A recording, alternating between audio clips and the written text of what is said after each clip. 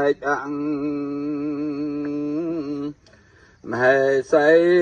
ត្រង់ភ្នាក់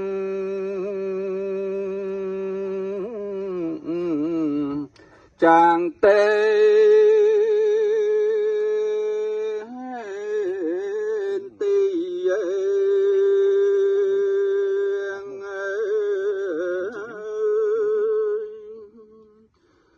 បំព្រៀងរាសម័យព្រឺស្រាងស្រាង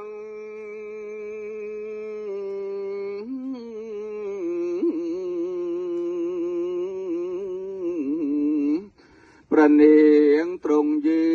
ងចេញចលីត្រង់ស្រង់ព្រះភាំងដោយវារីស្រេចហើយទេវី